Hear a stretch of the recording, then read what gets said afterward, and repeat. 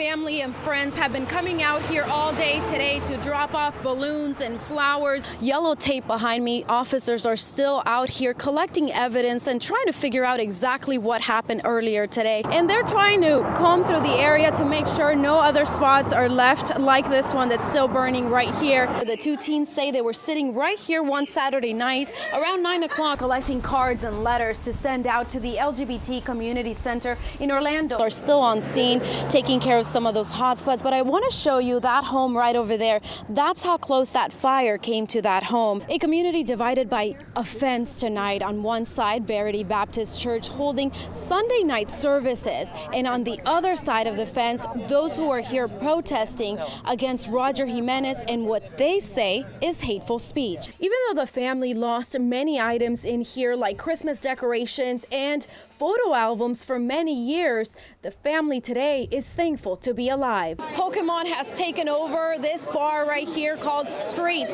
Now this is just one of several bars that are participating tonight. And Wasim, how many Pokemon did you catch tonight? Yeah.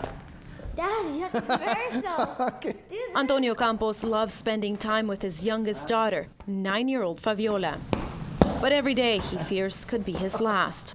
I imagine my kids on a foster family, you know, being treated like not properly, or, you know, all those things come to your mind. But it's not because a health issue is killing him, but instead what's killing him is the thought of deportation and leaving Fabiola behind. It's like, it's like a nightmare if something like that happens. Campos is just one of many undocumented immigrants living in the U.S. who would have qualified for President Obama's Deferred Action for Parents of U.S. Citizens, known as DAPA. We want to be able to work and, you know, go out and work and come back home safely. But today, the Supreme Court's 4-4 split vote left in place an appeals court ruling blocking the plan. With that decision, it's like you have the fear again. Republican Representative Jeff Denham, who was not available for an on-camera interview, issued a statement after today's ruling, which reads in part, "The Constitution is clear.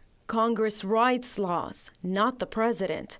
I'm committed to fixing our broken immigration system and call on my colleagues to join me in fixing it once and for all." End quote. You're doing it wrong. Campos says he's not giving up hope. I have faith. That's the last thing you lose. Only if I'm dead, that's the only way I'm gonna lose my hope. Reporting in Sacramento, Wendy Aguilar, ABC 10 News. This is my mom and her brother. Donovan Flack's world was turned upside down 4 months ago when he and his family lost their home in Marysville. We got evicted, and I stayed with my friend that took me in. And my mom has just kind of been jumping from place to place, and she's been staying out here a lot. His mom is just one of more than 60 homeless people living at this encampment, which has become a huge concern for Marysville. And that's why a process of clearing out this area is underway. It's clearly health hazards. There's public sanitation issues. We're right by the river over here. It's something that needs to happen. 14 Forward is just one of the newest temporary options available for the homeless. It features 22-bed units that can house up to 40 people. Help with substance abuse, mental health disorders, employment services. We have, you know, hot meals and showers, things that really help people feel settled and to get them moving in the right direction. Flack didn't find his mother here today, but he left with her memories and the hope that she'll find the courage to move forward. You can get over it.